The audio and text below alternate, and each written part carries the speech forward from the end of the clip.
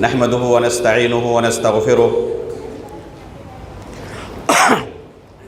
ونعوذ بالله من شرور أنفسنا ومن سيئات أعمالنا من يهده الله فلا مضل له ومن يضلل فلا هادي له وأشهد أن لا إله إلا الله وحده لا شريك له وأشهد أن محمدًا عبده ورسوله يا أيها الذين آمنوا اتقوا الله حق تقاته ولا تموتن إلا وأنتم مسلمون يا أيها الناس اتقوا ربكم الذي خلقكم من نفس واحدة وخلق منها زوجها وبث منهما رجالا كثيرا ونساء واتقوا الله الذي تساءلون به والأرحام إن الله كان عليكم رقيبا يا أيها الذين آمنوا اتقوا الله وقولوا قولا سديدا يصلح لكم أعمالكم ويغفر لكم ذنوبكم ومن يطع الله ورسوله فقد فاز فوزا عظيما أما بعد فإن أصدق الحديث كتاب الله وأحسن الهدي هدي محمد صلى الله عليه وسلم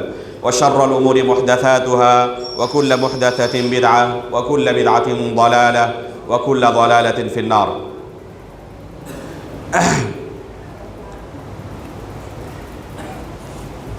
محترم مکرم حاضرین مجلس، عزیز طلبہ اور طالبات، اللہ رب العالمین کا سب سے پہلے ہم شکریہ ادا کرتے ہیں کہ اللہ رب العالمین نے اس سال کی مفتوح درس کی یہ پہلی مجلس آج ہمیں منعقد کرنے کی توفیق عطا فرمائی۔ اللہ رب العالمین سے ہم دعا گو ہیں کہ اللہ رب العالمین اس سلسلے کو مبارک بنائیں، اسے جاری رکھے اور ہم سب کے میزان حسنات میں اسے شمار فرمائیں۔ گزشتہ سالوں کی طرح اس سال بھی اس درس کی شروعات طلب علم کے آداب، علم حاصل کرنے کے اصول و ضوابط کے عنوان سے اس کی شروعات کی جا رہی ہے۔ گزشتہ سال ہم نے اس موضوع پر استاد محترم فضیلت الشیخ صالح بن عبداللہ بن حمد العثیمی حفظہ اللہ کی کتاب تعذیب العلم کی شرح کی تھی، اور اس سال ایک دوسرے استاد فضیلت الشیخ ابو صفیہ عبد الوارث بن ضیاء الرحمن بن عبد الرافع الاثری المدنی حفظہ اللہ کی کتاب آداب و طلب العلم سے اس مجلس کا ہم آغاز کر رہے ہیں۔ یہ کتاب ہے اصل جو کہ 35 صفحات پر مشتمل ہے۔ یہ اصل کتاب ہے، جو اصل کتاب 35 صفحات پر مشتمل ہے۔ چونکہ وقت ہمارے پاس بہت کم ہے اور مناسب یہی ہے کہ ایک ہی مجلس کے اندر اس موضوع کو مکمل کیا جائے، اس لیے اس کی تلخیص کی ضرورت محسوس ہوئی اور تقریباً 1.5 صفحے کے اندر جو آپ کے سامنے ہے اس کی تلخیص کی گئی ہے۔ انشاءاللہ ہم اس تلخیص کو ہی پڑھیں گے اور جہاں ضرورت ہوگی وہاں اس کی مختصر شرح کی جائے گی باذن اللہ تعالی۔ ابھی ایک بھائی سے پتہ چلا کہ اس کتاب کا اردو میں ترجمہ بھی ہو چکا ہے۔ حسن بن زکریہ نام کے کوئی اہل علم ہیں جنہوں نے اس کا اردو میں ترجمہ بھی کر دیا ہے۔ یہ مترجم کتاب ہے، یہ اردو میں ہے۔ ابھی میں نے اس کو پڑھا نہیں، ابھی ایک بھائی کی طرف سے یہ چند نسخے ملے ہیں۔ اب صرف 4 نسخے ہیں اور کہا گیا ہے کہ طلبہ کے درمیان جسے مناسب سمجھیں تقسیم کر دیں، تو اس کا مناسب طریقہ یہ معلوم ہوتا ہے کہ درس کے آخر میں سوال کیا جائے اور جو خوش نصیب ہوگا اسے یہ 4 نسخے ملیں گے انشاءاللہ۔ سب سے پہلے اصل کتاب شروع کرنے سے پہلے مناسب معلوم ہوتا ہے کہ کتاب کے مصنف کے بارے میں مختصر آپ کے سامنے بیان کیا جائے۔ جیسے کہ آپ کے سامنے تلخیص میں بھی لکھا ہوا ہے، للشیخ ابی صفیہ عبد الوارث بن ضیاء الرحمن الاثری المدنی، تو یہ مصنف کا نام ہے، ابو صفیہ ان کی کنیت ہے، اور اثری نسبت وہ اپنے نام کے ساتھ لکھتے ہیں۔ ہندوستان میں جامعہ اثریہ دارالحدیث مونات بھنجن اور جامعہ سلفیہ بنارس سے انہوں نے تعلیم حاصل کی تھی۔ بہت سارے لوگ یہ سمجھتے ہیں ان کے نام کے ساتھ اثری دیکھ کر کہ جامعہ اثریہ دارالحدیث جہاں سے انہوں نے تعلیم حاصل کی ہے اس کی طرف نسبت کرتے ہوئے وہ اثری لکھتے ہیں، لیکن استاد محترم سے میں نے خود سنا ہے کہ اس مدرسے کی طرف یہ نسبت نہیں ہے بلکہ اثر کی طرف نسبت ہے۔ یہ اثر کس معنی میں استعمال ہوتا ہے علماء کے نزدیک؟ حدیث کے معنی میں، جیسے کہ شرح معانی الآثار امام طحاوی رحمہ اللہ کی کتاب ہے، تو اس کتاب کے اندر انہوں نے اللہ کے رسول صلی اللہ علیہ وسلم کی احادیث بیان کی ہے۔ تو اثر کا اطلاق اللہ کے رسول صلی اللہ علیہ وسلم کی احادیث، اسی طرح صحابہ تابعین اور سلف صالحین کے اقوال پر ہوتا ہے، تو اسی طرف انہوں نے نسبت کی ہے۔ اور یہ نسبت اور بھی دوسرے علماء کے ناموں کے ساتھ ہمیں ملتی ہے، جیسے کہ علی الحلبی الاثری، جو لوگ نزہۃ النظر پڑھتے ہیں چھٹی جماعت کے طلبہ، انہیں جو نسخہ دیا گیا ہے یہ شیخ علی الحلبی الاثری حفظہ اللہ کی تحقیق سے جو نسخہ چھپا ہے وہی نسخہ غالباً آپ لوگوں کو دیا گیا ہے، تو اس نام کے ساتھ بھی اثری ہے۔ تو وہاں اثری کا معنی یہ نہیں ہے کہ جامعہ اثریہ وہ انڈیا پڑھنے کے لیے آئے تھے حلب سے، بلکہ اثری یہ اثر کی طرف نسبت ہے۔ تو اسی طریقے سے شیخ بھی، امام صاحب مؤذن صاحب کہاں چلے گئے؟ آواز ہے مؤذن صاحب؟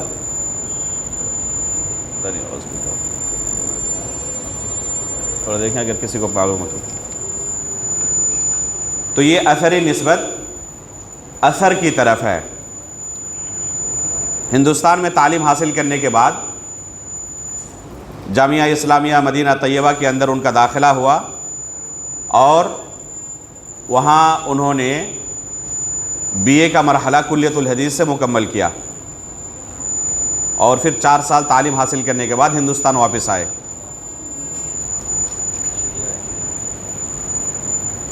اس میں خواتین کی طرف آواز آتی ہے، بنات کی طرف؟ ہاں تو یہ بند کر دیں پھر۔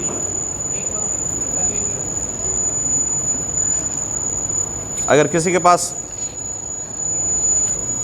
پاس نسخے نہ ہوں، یہاں میرے پاس ایک زائد نسخہ ہے، لے سکتا ہے۔ ایک زائد نسخہ بچا ہے، کسی کے پاس ضرورت ہو تو یہ نسخہ لے سکتا ہے۔ آواز مسلسل ہے۔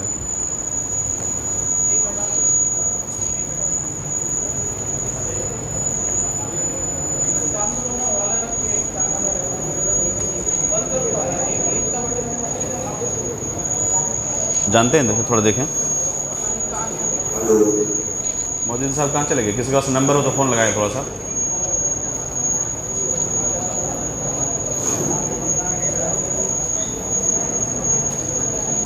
نوفل نہیں ہے ان کے پاس؟ دیکھا دیا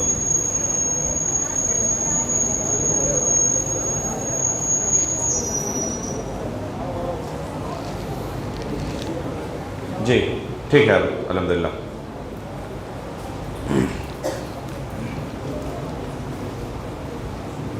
جامعہ اسلامیہ مدینہ طیبہ سے کلیۃ الحدیث سے فراغت کے بعد شیخ انڈیا تشریف لائے، اور غیر رسمی طور پر کچھ ایام جامعہ اثریہ دارالحدیث کے اندر انہوں نے تدریس بھی کی۔ اس وقت میں جامعہ اثریہ دارالحدیث میں پڑھ رہا تھا، اور شیخ اونچی جماعت میں بعض گھنٹے آ کر پڑھاتے تھے، لیکن غیر رسمی طور پر، رسمی مدرس نہیں تھے۔ اور پھر بعد میں جامعہ اسلامیہ دریاباد یو پی کے اندر کئی سال تک شیخ نے تدریسی فریضہ انجام دیا، اور وہیں پر شیخ سے جامعہ اسلامیہ دریاباد کے اندر الحمدللہ تقریباً 1 سال تک پڑھنے کا مجھے موقع ملا۔ اس 1 سال کے اندر اللہ کے فضل و کرم سے شیخ سے بہت کچھ سیکھا، علم بھی سیکھا، اور علم کے علاوہ اس سے کہیں زیادہ اس علم کے تقاضے کیا ہے اس چیز کو سیکھا۔ شیخ واقعی مربی ہیں، اللہ رب العالمین نے حکم دیا ہے معلمین کو کونوا ربانیین کہ تم ربانی بنو۔ تو حقیقت میں ایک استاد کو ربانی ہونا چاہیے، مربی ہونا چاہیے، تاکہ اپنے طلبہ کو صرف معلومات فراہم نہ کریں بلکہ ان کی تربیت کریں۔ اس علم کے تقاضے کیا ہیں اس چیز کو قولی اور عملی طور پر سکھائے۔ تو حقیقت میں شیخ سے ہم نے جو چیزیں کتاب میں ہم پڑھتے تھے ان کی سیرت میں واضح طور پر ان چیزوں کو محسوس کرتے تھے۔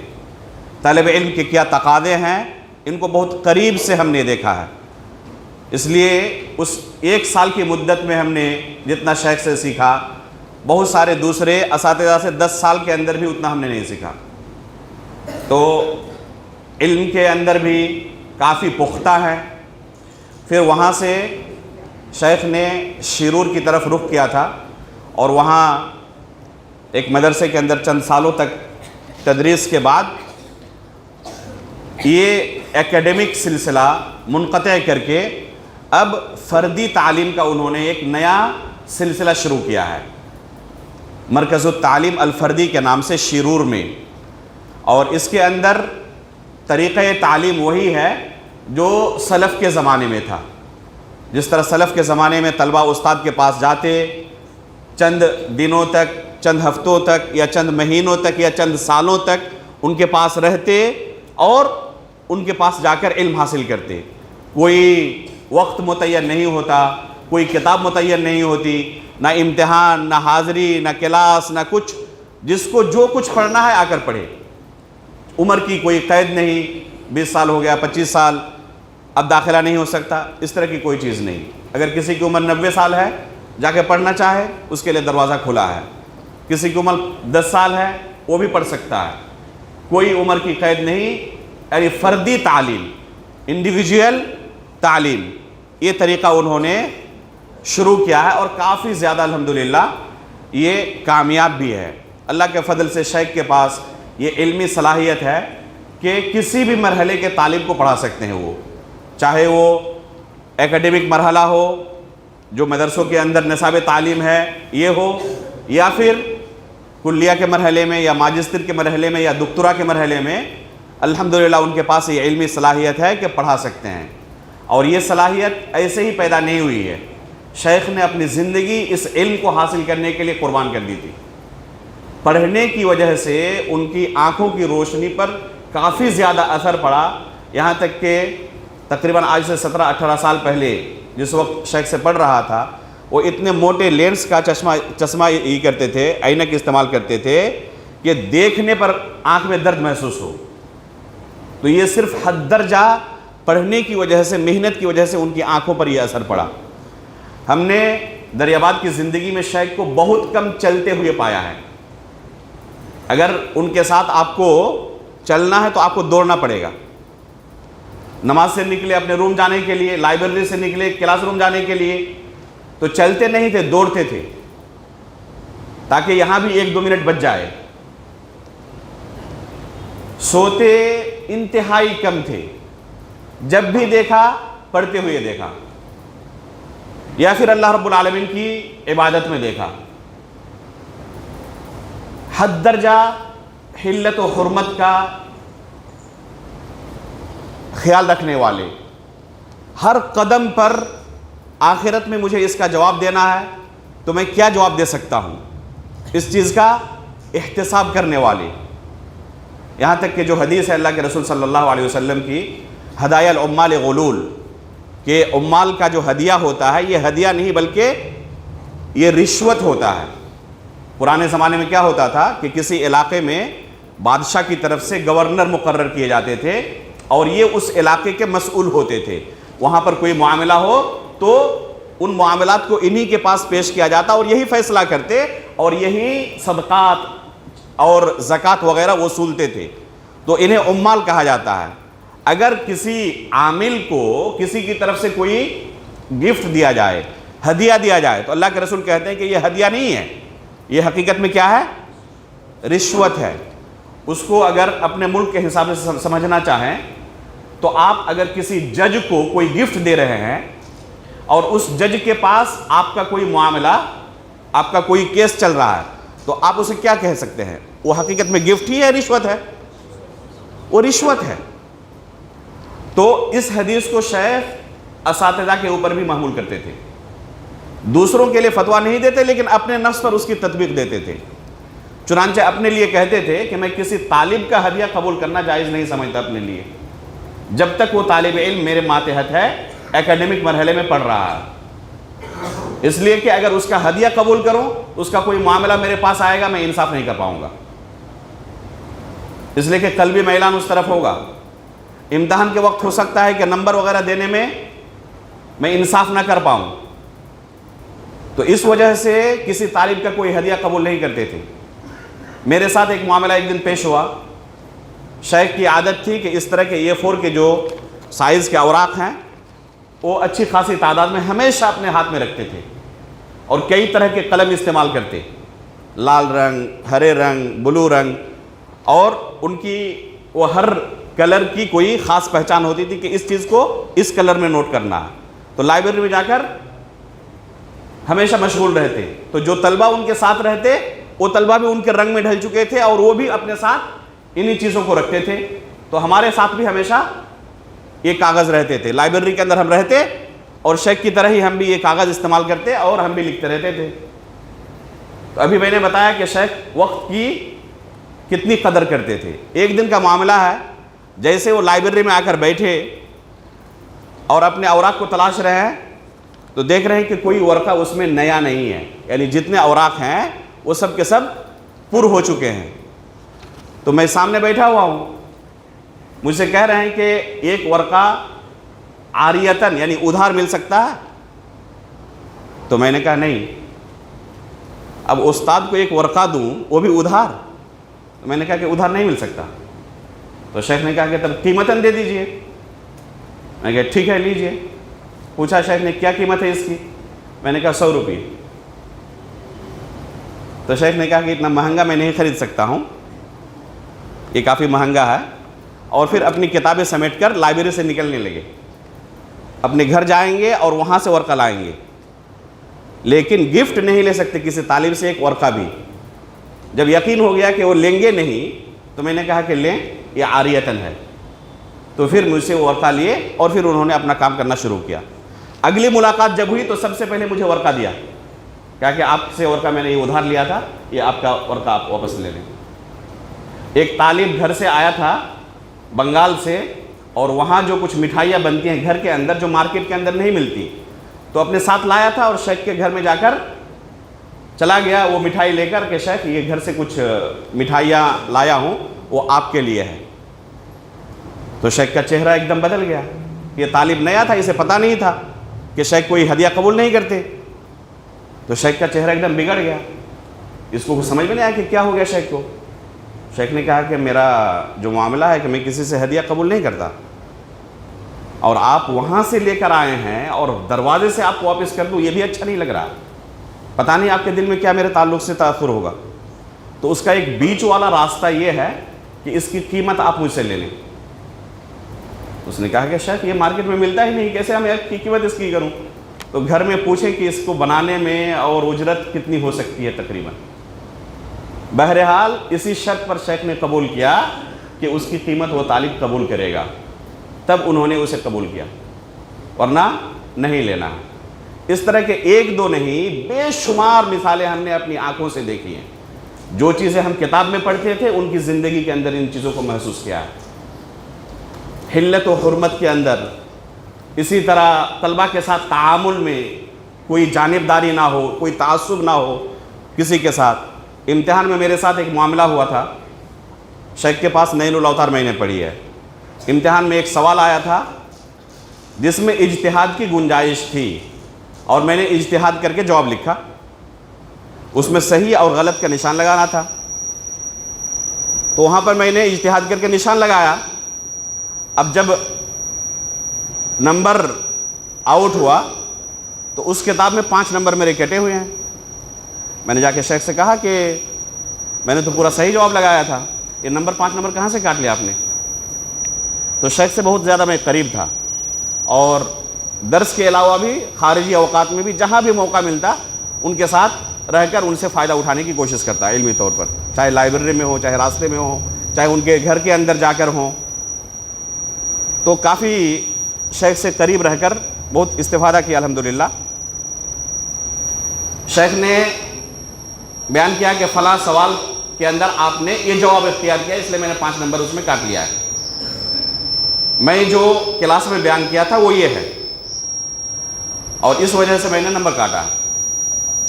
تو میں نے مناقشہ کیا، وہ مسئلہ کیا تھا وہ بھی بتا دوں آپ لوگوں کو۔ مسئلہ یہ تھا کہ اگر کوئی بغیر سترے کے نماز پڑھ رہا ہے، سامنے سترہ نہیں رکھا ہے اور وہ نماز شروع کر دیا، اب اگر اس کے سامنے سے کوئی گزرے اسے روکے گا یا نہیں روکے گا؟ یہ جواب دینا تھا۔ میں نے اجتہاد کر کے اس میں لکھا کہ روکے گا وہ، گرچہ سترہ نہیں رکھا، اور شیخ اسے راجح سمجھ رہے تھے کہ نہیں روکے گا۔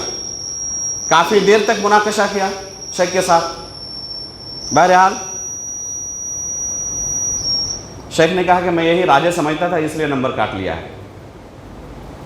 اب آپ نے مناقشہ کیا تو مجھے ڈر لگ رہا ہے کہیں آخرت میں پھنس نہ جاؤں،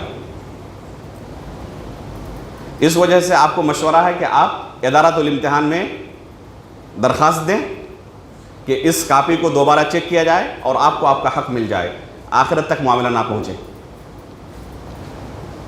میں نے کہا کہ اللہ اکبر، یہ نمبر کے لیے میں آپ کے خلاف شکایت کروں گا؟ یہ ہو ہی نہیں سکتا ہے۔ بہرحال میں اس وجہ سے نہیں، یہ کام نہیں کر سکتا، انکار کر دیا میں نے۔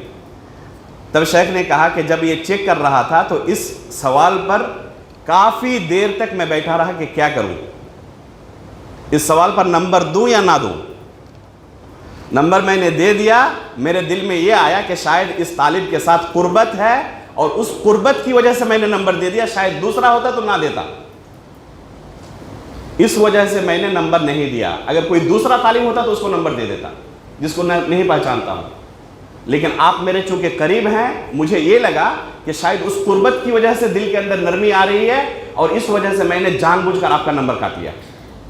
لیکن جب آپ نے یہ شکایت کی تو اب دوسرا ڈر ہو رہا ہے، کہیں آپ میرے خلاف اللہ کے پاس جا کر شکایت نہ کریں۔ تو اس لیے یہ بیچ کا راستہ ہے۔ اس سے آپ اندازہ لگا سکتے ہیں کہ ہر قدم پر وہ آخرت کے بارے میں سوچتے تھے۔ لوگ کیا میرے بارے میں سوچ رہے ہیں، کون دوست بنے گا، کون دشمن بنے گا، کوئی پرواہ نہیں تھی۔ تو حقیقت میں ایک طالب علم کو اسی طرح ہونا چاہیے، اور ہر کوئی طالب ہے، ہم بھی طالب ہیں، آپ بھی طالب ہیں۔ تو یہ علم جو ہم حاصل کر رہے ہیں، یہ صرف معلومات جمع نہیں کر رہے ہیں، بلکہ اس علم کے تقاضے ہیں۔ یہ تقاضے اگر آپ کی شخصیت پر ظاہر ہو رہے ہیں تو حقیقت میں آپ علم نافع حاصل کر رہے ہیں، اور اگر اس علم کا آپ کی شخصیت پر کوئی اثر ظاہر نہیں ہو رہا تو اللہ رب العالمین کی حجت آپ اپنے خلاف قائم کر رہے ہیں۔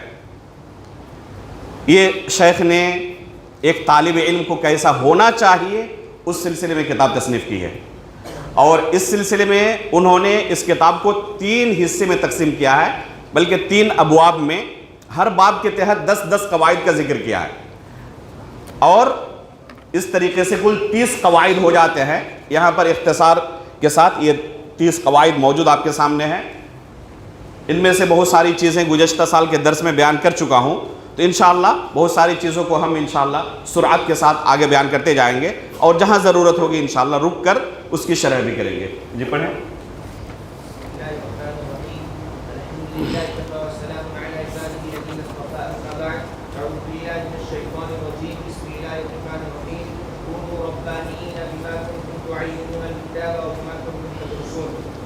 تلخيص آداب طلب العلم للشيخ أبي صفي عبد الباري بن ضياء الرحمن الأثري المدني حفظه الله، فيه 3 أبواب، كل باب منها يشتمل على 10 آداب من آداب طلب العلم۔ الباب الأول إخلاص النية لله في طلب العلم۔ جزاک اللہ خیرہ۔ جیسے کہ ابھی کہا کہ 3 ابواب پر اس کتاب کو شیخ نے تقسیم کیا ہے، اور پہلے باب کے اندر 10 قواعد کو، پھر دوسرے میں 10 اور تیسرے میں 10، اس طرح کل 30 قواعد کا تذکرہ کیا ہے۔ جو پہلا قاعدہ پہلے باب میں شیخ نے ذکر کیا ہے وہ ہے اخلاص النیت للہ عز وجل فی طلب العلم.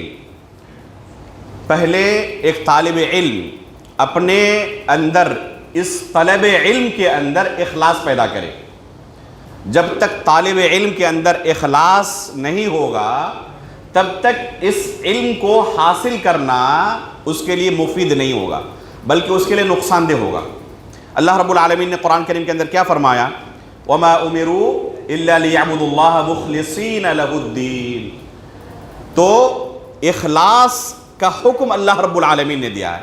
اللہ کے رسول صلی اللہ علیہ وسلم کی حدیث ہے انما الاعمال بالنیات، اور نیت کا تعلق کس سے ہے؟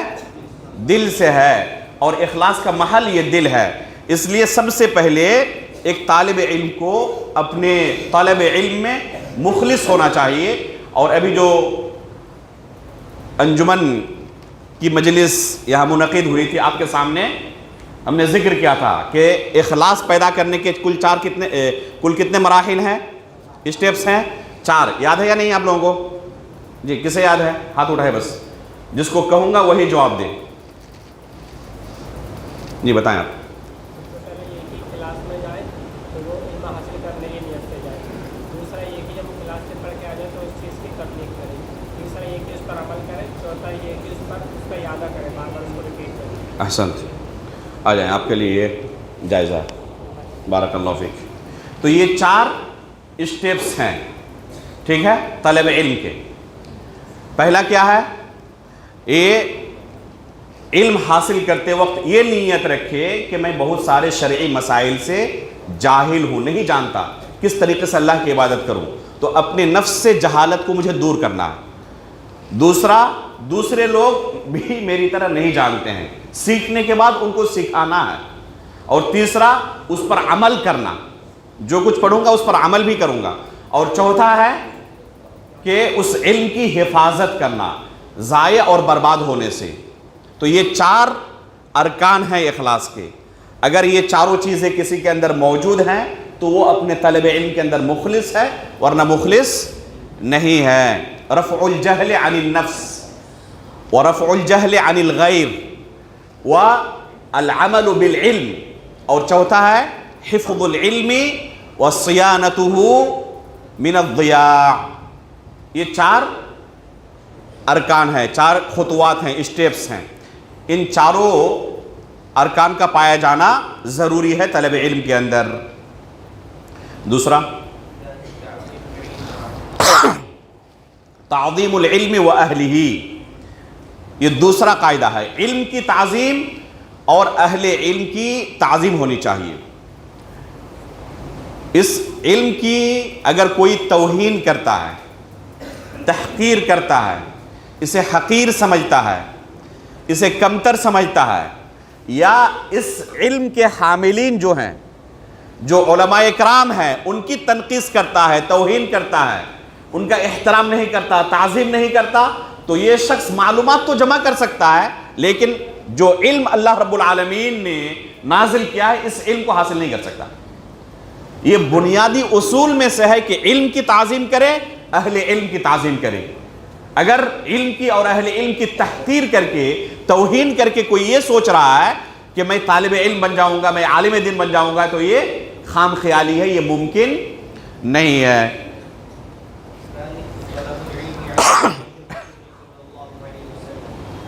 تیسرا قاعدہ ہے کہ علم کو اللہ کے رسول صلی اللہ علیہ وسلم کے منہج پر سیکھے. اللہ کے رسول صلی اللہ علیہ وسلم کس طریقے سے اپنے صحابہ کو سکھاتے تھے، اس طریقے کو اختیار کرنا ضروری ہے.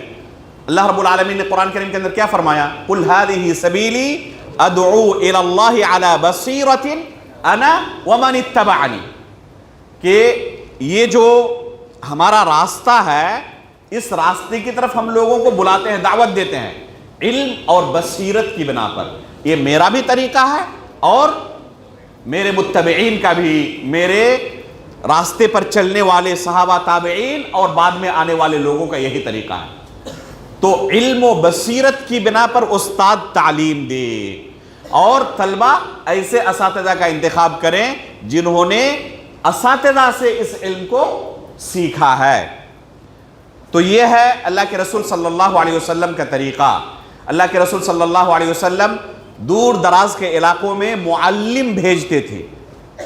کوئی آتا اور کہتا کہ ہمارے علاقے میں لوگ اسلام قبول کر رہے ہیں، اچھی خاصی تعداد مسلمانوں کی جمع ہو چکی ہے، تو آپ کوئی وہاں معلم ہمارے پاس بھیجیں جو ہمیں دین کی تعلیم دے۔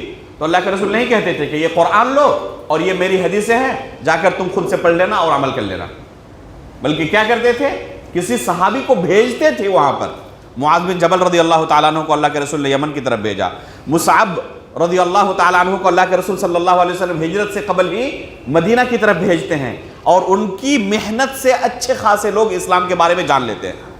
تو اس طرح اللہ کے رسول صلی اللہ علیہ وسلم مختلف علاقوں میں معلم بھیجتے تھے، کیونکہ اس شریعت پر عمل کرنا اس وقت تک ممکن نہیں ہے جب تک کہ ایک طالب علم اس علم کو معلم سے نہ سیکھے۔ تو یہ اللہ کے رسول صلی اللہ علیہ وسلم کا منہج ہے، اس منہج کے مطابق طلب علم ضروری ہے۔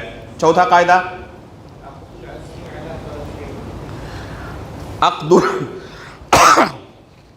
عقد العزم علی طلب العلم۔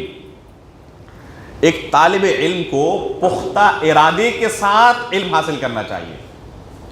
جب تک خود طالب علم کی محنت نہ ہو تب تک چاہے اساتذہ سختی کر لیں، پرنسپل اور مدیر الجامعہ، وکیل الجامعہ، سب والدین مل کر سختی کر لیں اس پر، اس کی اپنی طرف سے اگر محنت نہیں ہے، عزم اور یہ نہیں ہے، پختہ ارادہ نہیں ہے، تو سب کچھ مل کر لوگ محنت کر لیں، ناکام ہو جائیں گے، کامیاب نہیں ہو سکتے۔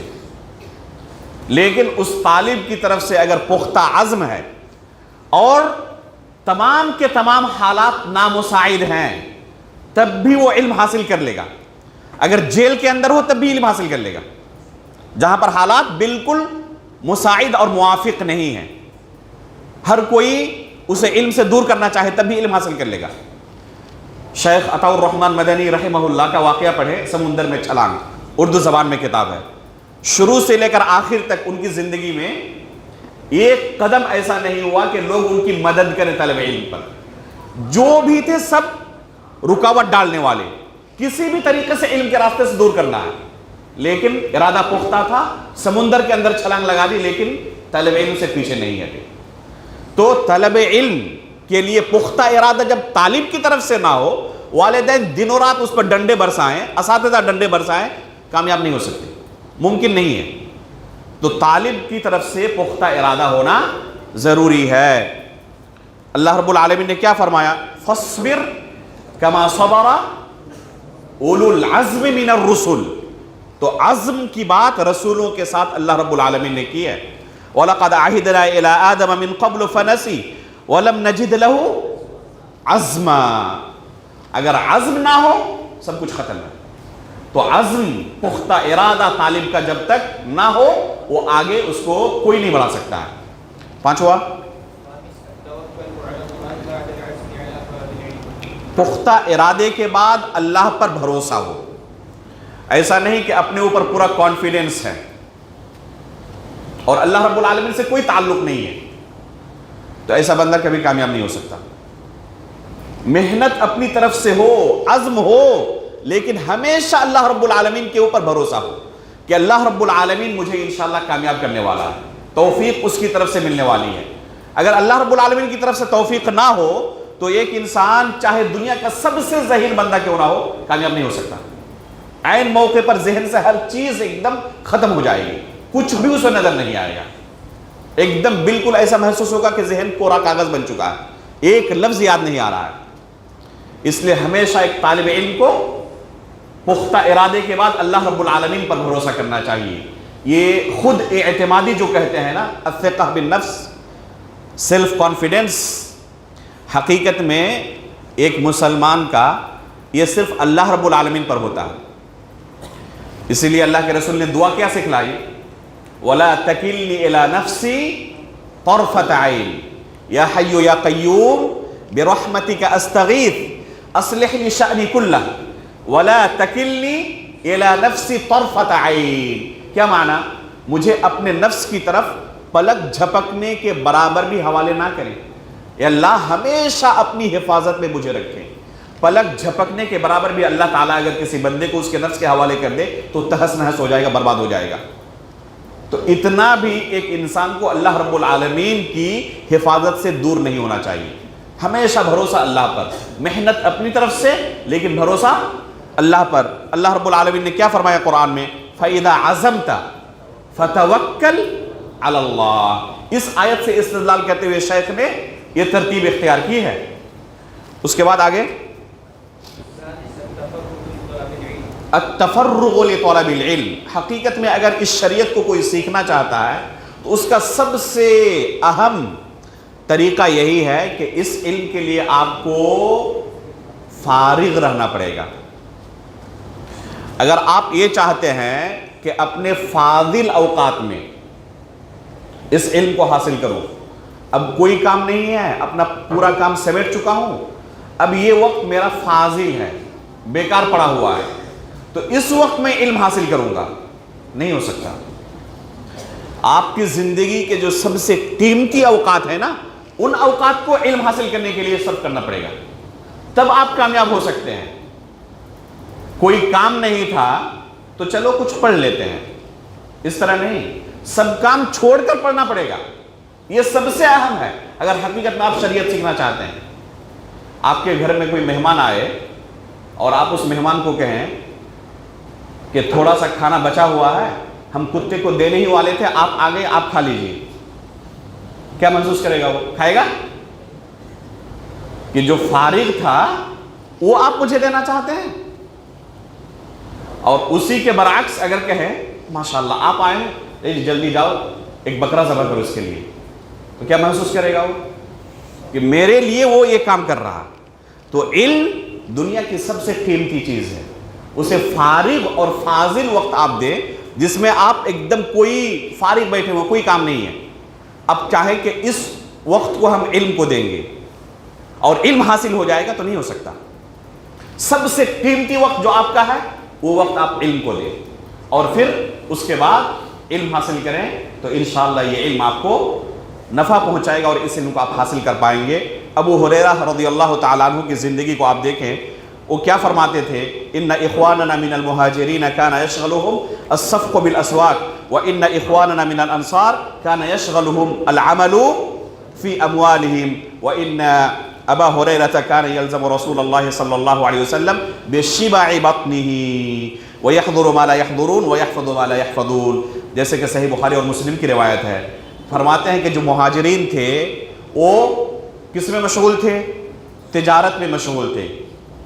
اور جو انصار تھے وہ کس میں مشغول تھے؟ اپنی کھیتی باڑی میں مشغول تھے. اور میں ابو ہریرہ کہتے ہیں کہ اللہ کے رسول کے پاس فل وقت, ایک دم فل ٹائم لگا رہتا تھا, میرا کوئی کام نہیں تھا. اس طریقے سے میں نے اس علم کو حاصل کیا ہے. اس وجہ سے مجھے جو یاد ہے لوگوں کو نہیں ہے. تو یہ ایسے ہی حاصل نہیں ہوا, میں نے اپنے آپ کو فارغ کر لیا تھا علم حاصل کرنے کے لیے, اس وجہ سے میرے پاس یہ علم جمع ہوا ہے. آگے پڑھیں.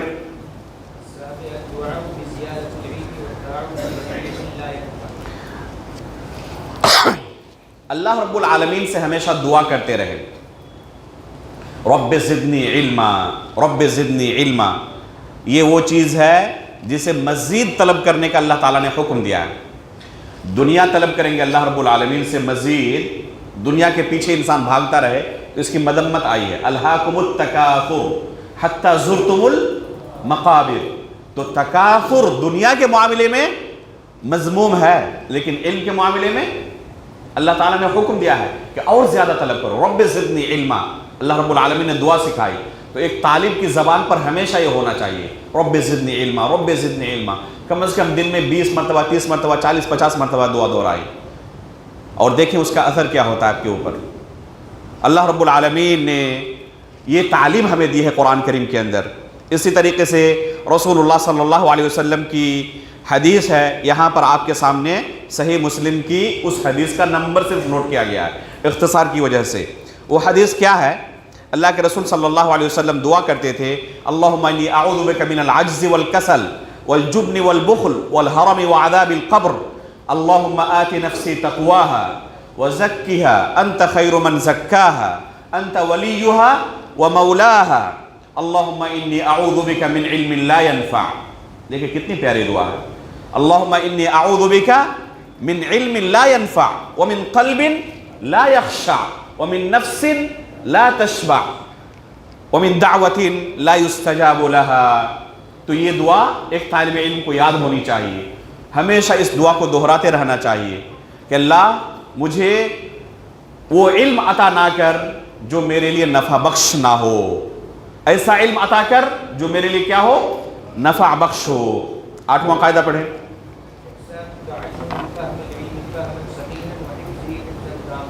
ہاں, یہ اللہ رب العالمین نے احسان کا جو معاملہ ہے وہ ہر چیز کے اندر لکھ دیا ہے. جیسے کہ اللہ کے رسول صلی اللہ علیہ وسلم کی حدیث ہے ان اللہ کتب الاحسان علی کل شیء, کہ اللہ رب العالمین نے ہر چیز پر احسان کو لکھ دیا ہے. فَإِذَا قَتَلْتُمْ فَأَحْسِنُوا الْقِتْلَةَ وَإِذَا ذَبَحْتُمْ فَأَحْسِنُوا الذِّبْحَةَ وَلْيُحِدَّ أَحَدُكُمْ شَفْرَتَهُ وَلْيُرِحْ ذَبِيحَتَهُ. مشہور حدیث ہے.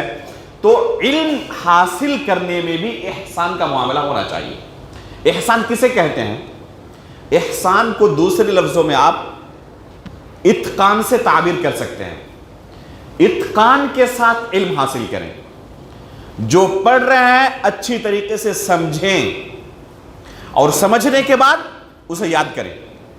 دو چیزیں ہیں, پہلے اچھی طریقے سے سمجھ لینا سبق کو, اور سمجھ لینے کے بعد یاد بھی کرنا. تو یہ ہے طریقہ تعلیم میں احسان کا معنی. اسی لیے شیخ نے کیا کہا, بفہم العلم فہما صحیحا, پہلے اس علم کو اچھی طریقے سے سمجھنا ہے, اس کے بعد وحفظہ حفظا تاما, اور سمجھ لینے کے بعد اسے یاد بھی کرنا ہے. آگے بڑھیں.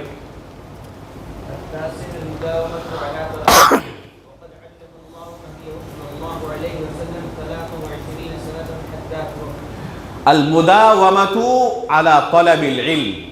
بہت سارے طلبہ پوچھتے ہیں کہ کب تک پڑھنا پڑے گا, تو بعض طلبہ جواب دیتے ہیں کہ قیامت تک. یہ ہمارے ساتھ پیش آیا تھا. اپنے ایک استاد کے سامنے کسی نے پوچھا کہ شیخ کب تک پڑھنا پڑے گا, چھٹی کب ملے گی؟ تو ایک طالب نے فوراً جواب دیا کہ مرنے تک پڑھنا پڑے گا. تو شیخ نے کہا کہ مرنے کے بعد بھی پڑھنا پڑے گا. ہاں اقرؤ کتابیہ, یہ کب ہوگا, مرنے کے بعد یا پہلے؟ تو وہاں بھی قراءت ہے, ہاں اقرؤ کتابیہ. یہ دیکھو میرا نام اعمال ہی سے پڑھو, مرنے کے بعد بھی پڑھنا پڑے گا. یہ دار العمل ہے, آخری سانس تک ایک شخص طالب ہی رہتا ہے. یہ طلب علم کا مرحلہ کبھی ختم نہیں ہوتا. اللہ کے رسول صلی اللہ علیہ وسلم کو اللہ رب العالمین نے 23 سال تک تعلیم دی. علمہ شدید القویٰ ذو مرۃ فاستویٰ. یہاں پر کون معلم ہے اور کون طالب ہے؟ اللہ رب العالمین معلم ہیں. علمہ یعنی علم اللہ عز وجل نبیہ. تو اللہ کے رسول کو اللہ رب العالمین نے کتنے سال تک تعلیم دی؟ 23 سال تک. وفات تک اللہ رب العالمین تعلیم دیتے رہے. ہم اسی رسول کی امتی ہیں, اس لیے ہمیں بھی آخری سانس تک تعلیم کا مرحلہ, تعلیم کا سلسلہ جاری رکھنا چاہیے. آگے بڑھیں.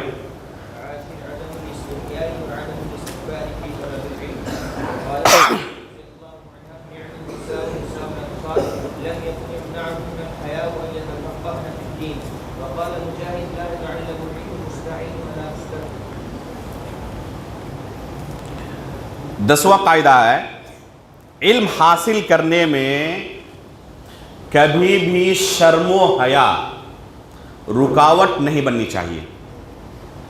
شرم و حیا کبھی بھی رکاوٹ نہیں بننی چاہیے. میری عمر 70 سال ہو چکی ہے اور معلم استاد کی عمر ابھی 30 سال ہے, میں کیسے اس کے سامنے بیٹھوں؟ یہ شرم و حیا اگر رکاوٹ بن گئی تو آپ علم حاصل نہیں کر سکتے. ایک طالب علم کو کبھی بھی علم حاصل کرنے کے بعد میں شرم و حیا سے کام نہیں لینا چاہیے. اگر شرم و حیا ہے تو کبھی علم حاصل نہیں کر سکتا. اسی طریقے سے ایک دوسری رکاوٹ ہوتی ہے تکبر کی. ایک متکبر شخص جس کے اندر کبر و غرور ہے کہ میں سب سے بڑا ہوں، تو وہ کبھی بھی علم حاصل نہیں کر سکتا۔ استاد محترم کی بات ہے جو اس کتاب کے مصنف ہیں، اگر اپنے طالب سے کبھی کوئی علمی فائدہ انہیں مل جاتا تو دوسروں کے سامنے نقل کرتے اس طالب کے حوالے سے کہ میں نے فلاں طالب سے ہی سیکھا ہے۔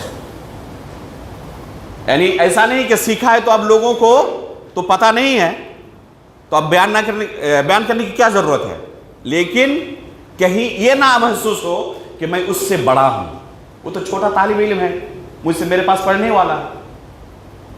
استاد محترم کسی طالب سے بھی کوئی چیز سیکھتے اور کبھی کسی موقع پر اگر بیان کرنا ہوتا تو کہتے کہ فلاں طالب سے میں نے یہ سیکھا ہے، اور خود وہ بتاتے کہ ہم نے بھی اپنے بعض اساتذہ کو ایسا ہی پایا ہے۔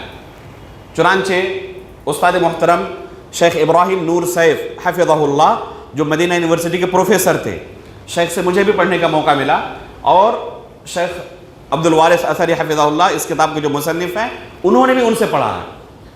تو شیخ ابراہیم نور سیف حفظہ اللہ جب پڑھا رہے تھے شیخ عبدالوارث کو تو کسی مسئلے میں شیخ کے ساتھ کچھ مناقشہ ہوا، اب مستقبل میں جن طلبہ کو شیخ نے پڑھایا جب وہ مسئلہ آتا تو نام کے ساتھ کہ یہ چیز میں نے فلاں طالب سے سیکھی تھی، وہ چلے گئے لیکن وہ بیان کرتے تھے اپنے طالب سے میں نے یہ چیز سیکھی ہے۔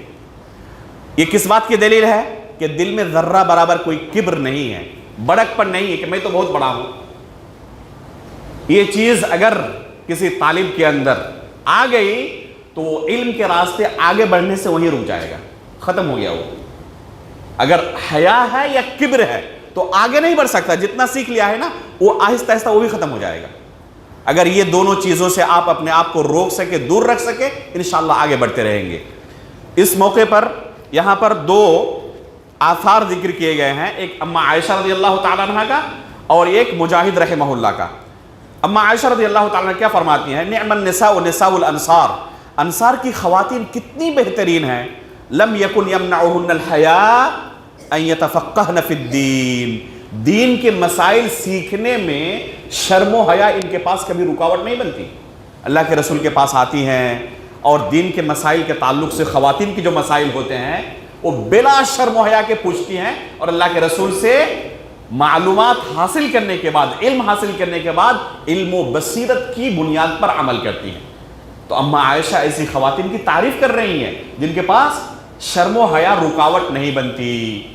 اسی طریقے سے مجاہد رحمہ اللہ فرماتے ہیں کہ دو قسم کے لوگ علم حاصل نہیں کر سکتے، ایک وہ جو شرم و حیا کرنے والے ہیں علم کے باب میں، اور دوسرا جن کے ہاں تکبر ہے۔ اس طریقے سے الحمدللہ ہم پہلے باب سے فارغ ہو چکے، اب دوسرے باب میں داخل ہوں گے جس میں پہلا قاعدہ شیخ نے جو بیان کیا ہے پڑھیں۔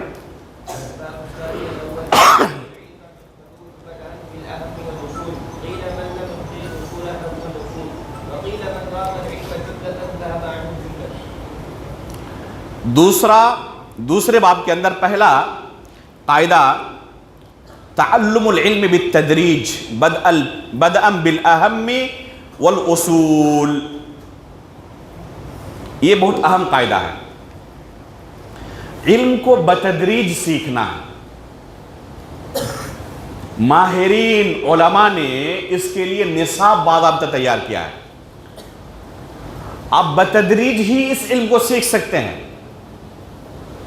اگر آپ بتدریج نہ سیکھیں اور ڈائریکٹ چاہیں کہ چوتھی جماعت میں پانچویں جماعت میں داخلہ لینا ہے، ابھی پہلی دوسری تیسری جماعت آپ نہیں پڑھے ہیں، اور اس طریقے سے وقت میرے پاس بہت کم ہے اس لیے جلدی جلدی مجھے فارغ ہونا ہے، جیسے کہ داخلہ امتحان کے وقت بہت سارے طلبہ کی طرف سے ہمیں اس طرح کے معاملات پیش آتے ہیں اور ہمیں جھوجنا پڑتا ہے۔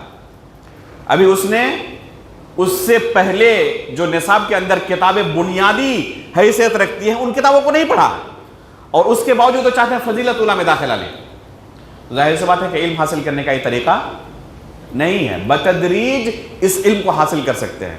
مثال کے طور پر اگر کسی نے امین النحو نہیں پڑھا ہے، ٹھیک ہے، امین الصیغہ نہیں پڑھا ہے، ابھی قطر الندی نہیں پڑھا ہے، اور ڈائریکٹ وہ شرح ابن عقیل پڑھنا چاہے، ممکن ہے؟ سمجھ پائے گا کچھ؟ وہ کچھ نہیں سمجھ پائے گا۔ مصطلح کے اندر اس نے مبادی اصول حدیث یا نخبۃ الفکر یا تحفۃ اہل الفکر یا نزہۃ النظر، یہ کتابیں ابھی دیکھا بھی نہیں ہے، اور پہلی کتاب وہ چاہتا ہے استاد کے پاس آ کر فتح المغیث امام سخاوی کی پڑھے، جو کہ اساتذہ بھی نہیں سمجھ پاتے۔ وہ چاہتا ہے کہ ایک دم آخری کتاب جو ہے نا اسی سے شروعات کروں گا میں۔ تو یہ علم حاصل کرنے کا طریقہ نہیں ہے۔ علم حاصل کرنے کا طریقہ اگر آپ کو سمجھنا ہو تو جیسے انسان کے لباس میں، لباس کی سائز کے اندر وقت گزرنے کے ساتھ ساتھ تبدیلی ہوتی ہے، اور ایک چھوٹا بچہ 3 سال کا ہے، 4 سال کا ہے، اگر اس عمر میں وہ چاہے، مان لیجیے کہ 10 سال کا ایک بچہ ہے اور چاہ رہا ہے کہ 20 سال کے بچے کا کپڑا وہ پہنے، تو اس کو دیکھ کے کیسا لگے گا؟ ایک 8 سال کے بچے کو 20 سال کے لڑکے کا لباس پہنا دیں، کیسا لگے گا؟ اس کی گنجی اس کے لیے کرتا ہے، بلکہ کرتا پاجامہ دونوں ہے یا نہیں؟ تو وہی طریقہ ہے علم حاصل کرنے کا بھی، کہ اگر کوئی اپنی عمر میں جس علم کی اسے ضرورت ہے اس سے آگے بڑھنا چاہے تو یہی حالت ہوگا جو ایک 8 سال 10 سال کے بچے کو 20-30 سال کے کسی شخص کا کپڑا پہنا دیا جائے۔ تو جب تک بتدریج اس علم کو حاصل نہیں کرے گا اس میں پختگی نہیں آ سکتی۔ بتدریج اس علم کو حاصل کرنا ضروری ہے۔ شروعات کس سے کرے گا؟ اہم چھوٹے چھوٹے متون سے، اور پھر آہستہ بڑھتے ہوئے بڑی کتابوں کی طرف رخ کرے گا۔ اس کے بعد پڑھیں۔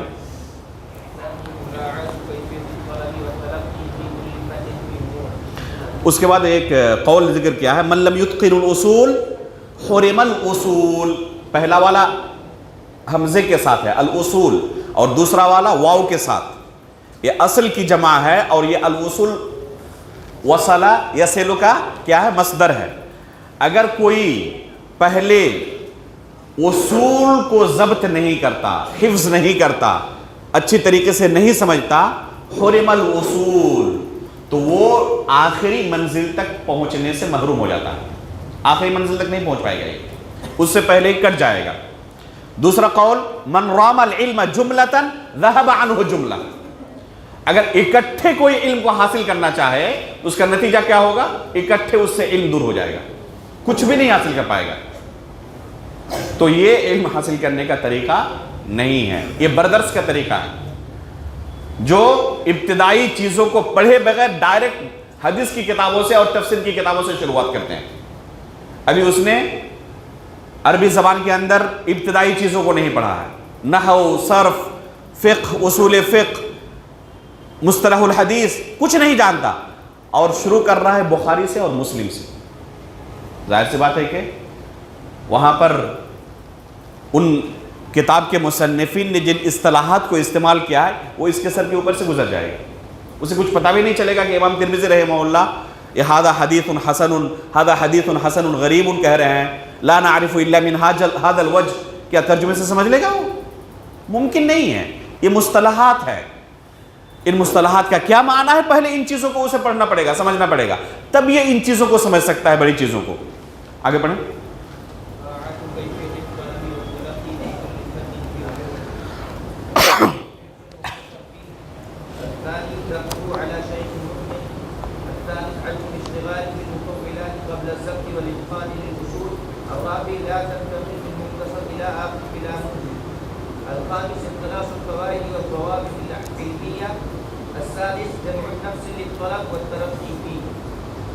یہاں پر شیخ نے 6 اہم ضوابط کو بیان کیا ہے طلب علم کی کیفیت کے۔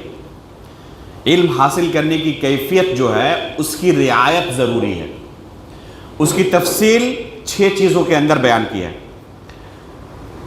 پہلی چیز ہے حفظ مختصر فی،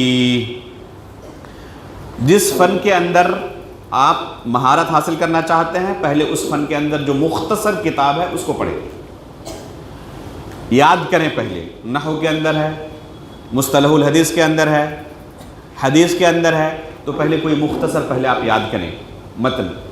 اس کے بعد دوسرے نمبر پر ضبطہ علی شیخ متقن، ایسے استاد کا انتخاب کریں جو متقن ہو، ضابط ہو، ماہر ہو، اور اس استاد کے پاس جا کر جس متن کو آپ نے پہلے یاد کر لیا ہے اس کو پڑھیں، اس متن کو.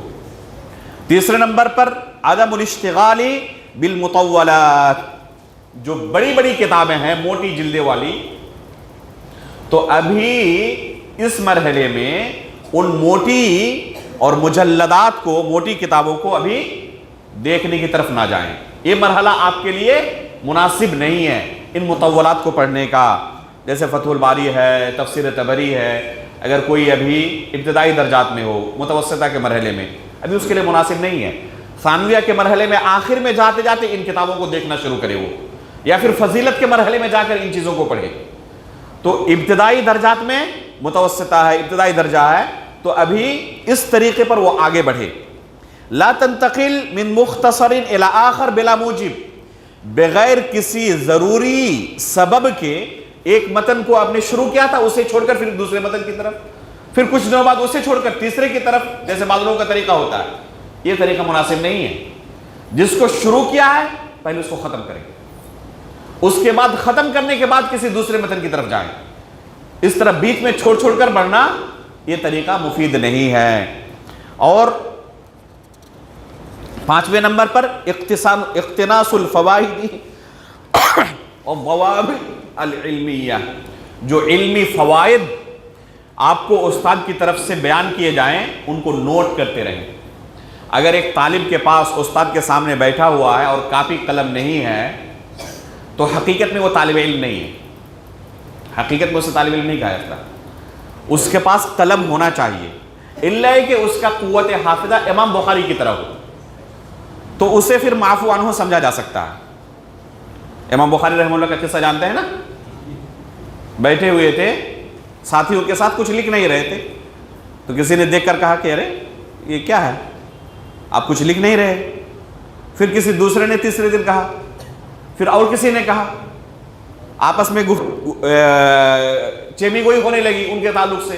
یہ اپنی عمر برباد کر رہا ہے، آ کے کیا کر رہا ہے، ماں باپ نے بھیجا تھا پڑھنے کے لیے اور یہاں پر اپنی زندگی برباد کر رہا ہے، کبھی کچھ لکھتا نہیں ہے. جب اس طریقے سے 15 دن گزر گئے اور صبر نہیں کر پائے، تب کیا کہا امام بخاری نے کہ بہت زیادہ تم لوگ میرے خلاف زبان کھولنے لگے ہو، اب تک تم نے کیا لکھا ہے ذرا دکھاؤ. تو انہوں نے دکھایا تو کہا کہ یہ مجھ سے سن لو، تم لکھ رہے ہو اور میں اسے الحمدللہ اپنے ذہن کے اندر محفوظ رکھا ہوں. تو کہا ٹھیک ہے سناؤ. تو انہوں نے سنانا شروع کیا. تو جو لکھے ہوئے تھے وہ اپنی کاپی میں کہیں پر کچھ چھوٹ گیا ہے، کہیں غلط لکھ دیا ہے، تو ان کے حافظے سے اپنی کاپی درست کرنے لگے. کتنی حدیثیں لکھ چکے تھے؟ 15,000 حدیثیں لکھ چکے تھے، اور یہ مکمل ان کے حافظے میں محفوظ تھا. تو اگر آج بھی کسی کے پاس ایک قوت حافظہ ہے تو وہ نہ لکھے چلے گا انشاءاللہ. ٹھیک ہے؟ اور اس طرح اگر آپ کو نہیں لگ رہا ہے تو لکھیں، اس لیے کہ الحفظ خوان، یہ جملہ یاد کر لیں، الحفظ خوان. یہ حافظہ جو ہے نا یہ خیانت کرنے والا ہے، اچانک آپ کے دماغ سے کبھی اڑ جائے گا. اگر لکھا ہوا ہے تو فوراً آپ جا کے اس کی طرف رجوع کریں گے.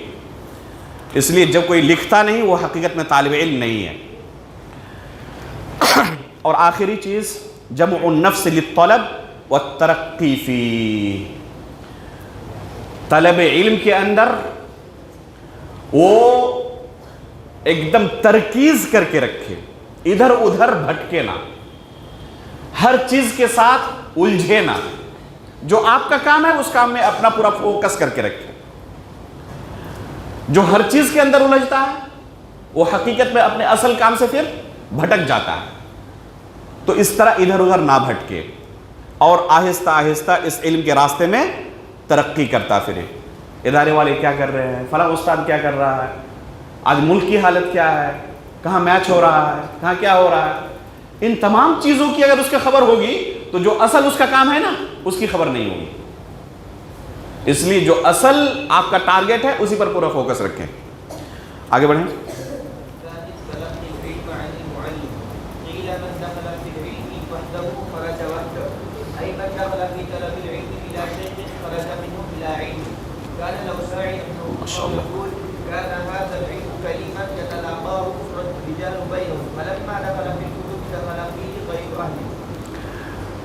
اس کے بعد تیسرا قاعدہ بیان کیا ہے کہ اس علم کو معلم سے، استاد سے پڑھنا.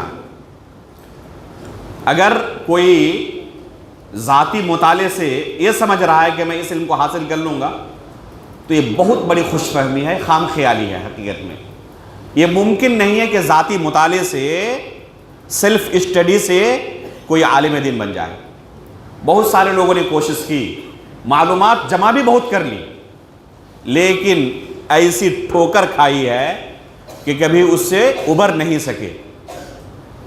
اور اس طرح کی مثالیں بے شمار ہیں، اس طرح کی مثالیں بے شمار ہیں جنہوں نے ذاتی مطالعے سے اس علم کو حاصل کرنے کی کوشش کی ہے اور کسی ایک کا بھی نتیجہ، علی الاطلاق کہہ رہا ہوں، کسی ایک کا بھی نتیجہ اچھا نہیں. ہر کسی نے ٹھوکر کھائی ہے جنہوں نے یہ طریقہ اختیار کیا ہے کہ ذاتی مطالعے سے ہم علم حاصل کر سکتے ہیں. استاد کے بغیر یہ علم حاصل نہیں کیا جا سکتا. کیا فرماتے ہیں؟ من دخل فی العلم وحدہ خرج وحدہ. جو اس علم کے اندر اکیلے داخل ہوگا اکیلے نکلے گا. کیا معنی اس کا؟ اس کی تفسیر بھی آگے کی ہے. ای من دخل فی طلب العلم بلا شیخ خرج منہ بلا علم. بغیر استاد کے علم کے اندر داخل ہوگا تو بلا علم باہر نکلے گا، علم لے کر باہر نہیں نکلے گا. تو اس علم کو استاد سے حاصل کرنا ہے. اس کے بعد امام اوزاعی رحمہ اللہ کا قول نقل کیا ہے، کان ھذا العلم کریما یتلاقاہ الرجال بینہم. ایک زمانے تک یہ علم انتہائی کریم تھا، معزز تھا. علماء اور طلبہ علم ایک دوسرے سے سن کر اس علم کو حاصل کرتے تھے. استاد کے سامنے بیٹھ کر ایک طالب علم اس علم کو حاصل کرتا تھا. لیکن جب سے یہ کتابوں کے اندر منتقل ہوا اس وقت سے نتیجہ کیا نکلا کہ بہت سارے لوگ ان کتابوں کی طرف رخ کرنے لگے، علماء کو چھوڑ دیا، مشائخ کو چھوڑ دیا اور کتابوں سے علم حاصل کرنے لگے، اور پھر یہیں سے وہ گمراہ ہوئے. تو حقیقت میں یہ علم جب تک استاد اور شاگرد کے درمیان صرف تھا، کتابوں کا وجود نہیں تھا، اس وقت تک یہ کریم تھا. لیکن جب سے کتابوں کا وجود ہوا اور بہت سارے لوگوں نے استاد کو نظر انداز کر کے ڈائریکٹ کتابوں سے علم حاصل کرنا شروع کیا تو یہیں سے گمراہی کا دور شروع ہوا ہے. آگے بڑھیں.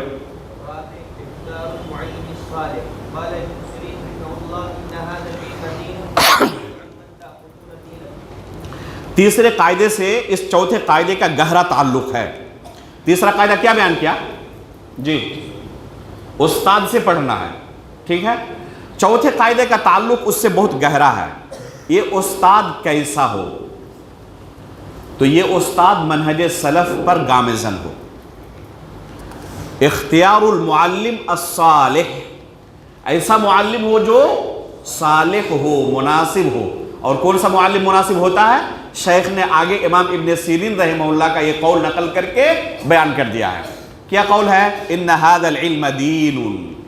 یہ علم جو تم حاصل کر رہے ہو صرف معلومات جمع نہیں کر رہے ہو بلکہ استاد سے دین حاصل کر رہے ہو. جو علم لے رہے ہو یہی تمہارا دین بن جائے گا. اس لیے اچھی طرح جانچ پڑتال کر لو کہ استاد کا منہج کیا ہے. استاد تمہیں اصل علم دے رہا ہے یا اس علم کے ساتھ کچھ ملاوٹ کر کے دے رہا ہے. اگر ملاوٹ کر کے دے گا تو یہ ملاوٹ والا دین تمہارا بن جائے گا اور اللہ رب العالمین کے پاس یہ ملاوٹ والا دین قابل قبول نہیں ہوگا جب قبر میں پیش کرو گے اس ملاوٹ والے دین کو. اس لیے اچھی طرح استاد کو جانچ لو، پرکھ لو کہ یہ سلف صالحین کے منہج پر گامزن ہے یا یہ بدعتی ہے، منحرف ہے. کسی منحرف کے پاس گرچہ اپنے زمانے کا سب سے بڑا علامہ ہو، علم حاصل نہیں کر سکتے. جاہل رہ جانا بہتر ہے کہ فطرت سلیمہ پر اس کی وفات ہو جائے اس سے کہ کسی منحرف اور بدعتی کے پاس علم حاصل کرنے جائے اور اس کا یہی دین بن جائے اور اللہ رب العالمین کے پاس اس بدعت کو دین کے طور پر پیش کرے اور رد کر دیا جائے اور جہنم رسید ہو جائے، اس سے کہیں بہتر ہے کہ فطرت سلیمہ پر اس کی وفات ہو جائے۔ اس لیے ہر ایک سے ہم علم بھی حاصل نہیں کر سکتے، بلکہ اس کا صالح ہونا، سلف صالحین کے منہج کا حامل ہونا ضروری ہے۔ آگے بڑھیں۔ والتأدب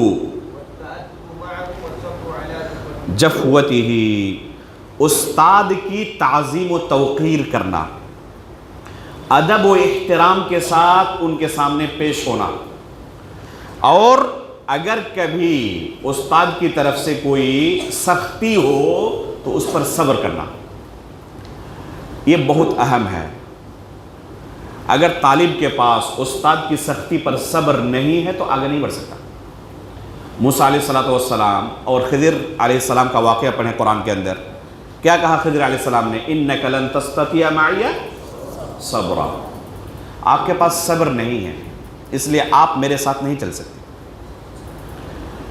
اس لیے بہت سارے مشائخ پہلے صبر کا امتحان لیتے ہیں، بہت سارے مشائخ پہلے صبر کا امتحان لیتے ہیں، اور اس کے بعد جب پتہ چل جائے کہ حقیقت میں یہ طالب کیا ہے، صبر کرنے والا ہے، حریص ہے، تو پھر اس کے لیے دروازہ کھولتے ہیں کہ ہاں یہ کامیاب ہو سکتا ہے۔ جو نئے طلبہ اس سال آئے ہیں، بہت سارے کو اندازہ ہو گیا ہوگا، جن کا میں نے انٹرویو لیا تھا 3 بار 4 بار 5 بار کے بعد میں نے انٹرویو لینے کے لیے راضی ہوا، یا پہلی بار ریجیکٹ کر دیا، 2 3 دن 4 دن 5 دن لگاتار لگے رہے۔ اگر لگا کہ حقیقت میں یہ صابر ہے، یہ پڑھنے والا ہے، تو ایسے بچوں کو ہم نے مرحباً کہا اور ان کو لیے گیٹ کھولا، اور جو شروع میں نکل گئے وہ نکل گئے۔ ہمیں ایسے طلبہ نہیں چاہیے، جو صبر کے ساتھ ہمارے ساتھ جا سکتا ہو، ان کے لیے گیٹ ہمارا کھلا ہے، ان کے لیے ہمارا دل کھلا ہے، ہمارے اوقات کھلے ہیں، دن و رات ان کے لیے ہم محنت کرنے کے لیے تیار ہیں۔ لیکن اسے اس علم کے علاوہ ہر چیز کی فکر ہو، علم کی فکر نہ ہو، علم ملے یا نہ ملے، تھوڑا کم بیشی ملے چلے گا، لیکن دوسری چیزیں ہائی فائی ہونی چاہیے، تو یہ بندہ کبھی علم کے راستے میں آگے نہیں بڑھ سکتا۔ جس کے پاس صبر ہے وہ ہر چیز کو برداشت کر لے گا اگر علم مل رہا ہو تو یہ بہت ضروری ہے کہ استاد کی تعظیم و توقیر کرے، انتہائی ادب و احترام کے ساتھ ان کے سامنے پیش آئے۔ اللہ کے رسول صلی اللہ علیہ وسلم کے صحابہ اللہ کے رسول کے سامنے کس طرح پیش آتے تھے؟ کأنما علی رؤوسہم الطیر، دیکھنے والے کو ایسا لگتا کہ ان کے سروں پر پرندے بیٹھے ہوئے ہیں۔ تو حقیقت میں ایک استاد کے سامنے طالب علم کو اسی طرح ہونا چاہیے۔ کبھی یہ تصور بھی نہیں کیا جا سکتا جو حقیقت میں اپنے آپ کو طالب کہتا ہو کہ استاد کے ساتھ بے ادبی کرے ہو، یہ تصور سے باہر کی چیز ہے۔ اور پھر استاد اگر کبھی استاد کی طرف سے سختی ہو تو اس وجہ سے اپنا راستہ نہ بدل لے بلکہ اس پر صبر کرے۔ بعض سلف صالحین کہا کرتے تھے من لم يصبر على ذل التعلیم بقی عمرہ فی عمایۃ الجہالہ، کہ اگر تعلیم حاصل کرنے کی ذلت کو کوئی برداشت نہیں کر سکتا تو زندگی بھر جہالت کی ذلت کو برداشت کرتا رہے گا۔ لیکن چند سال اگر استاد کی سختی کو برداشت کر لیتا ہے تو زندگی بھر عزت کی زندگی گزارے گا۔ لیکن اگر چند سال اسے استاد کی سختی برداشت نہیں ہوتی ہے تو زندگی بھر جہالت کی ذلت کے ساتھ اسے گزارنا پڑے گا۔ آگے پڑھیں۔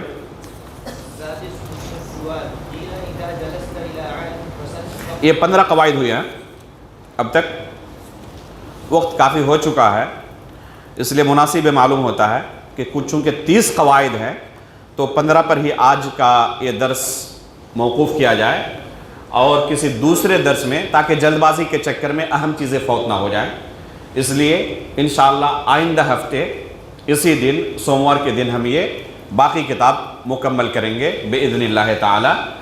15 قواعد آج ہوئے، باقی 15 قواعد اگلے درس میں انشاءاللہ آپ کے سامنے پیش کیے جائیں گے۔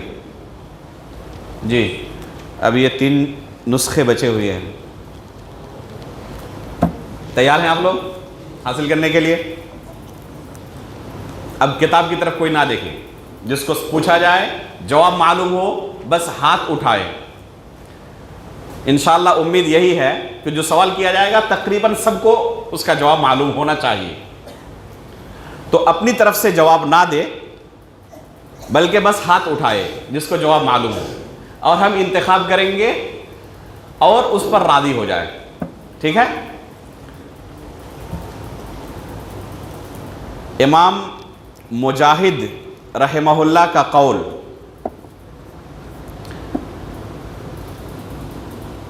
طلب علم کے اندر حیا اور تکبر رکاوٹ ہے، یہ حیا اور تکبر نہیں ہونی چاہیے۔ امام مجاہد رحمہ اللہ کا قول کون بیان کر سکتا ہے؟ کتاب کی طرف دیکھیں نہیں، آپ تو پڑھ رہے تھے ابھی، آپ کا وہی انعام ہے جو آپ نے پڑھا۔ جی پتہ ہے؟ جی آپ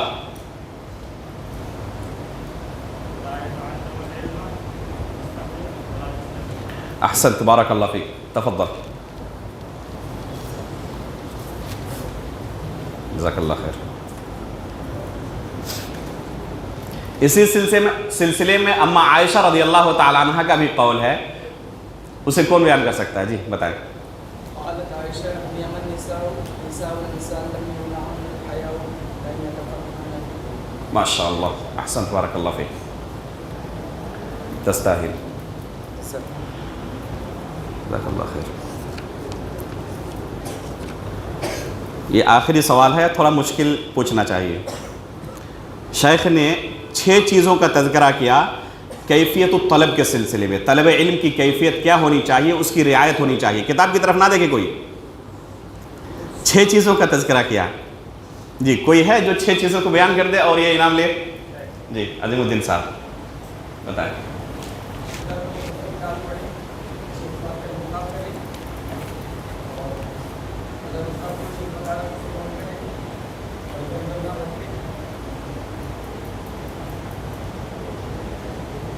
یہ سوال تھوڑا مشکل ہے۔ احسن، ایک باقی رہ گیا بس۔ الحمدللہ 5 بہت ہے، 6 میں سے آپ اس کے مستحق ہیں، بارک اللہ فیک۔ اسی کے ساتھ آج کے اس درس کو ہم یہیں پر ختم کرتے ہیں۔ آئندہ سوموار کو انشاءاللہ باقی حصہ کتاب کا مکمل کیا جائے گا۔ اللہ رب العالمین سے ہم دعا کرتے ہیں کہ اس درس کو ہم سب کے میزان حسنات میں شمار فرمائیں، آخرت میں اپنے نامہ اعمال کو جب ہم دیکھیں تو ہمیں خوشی محسوس ہو، ہمیں کسی طرح کی رسوائی نہ ہو۔ آمین تقبل یا رب العالمین، وصلی اللہ علی نبینا محمد، سبحانک اللہم و بحمدک، اشہد ان لا الہ الا انت، استغفرک و اتوب الیک۔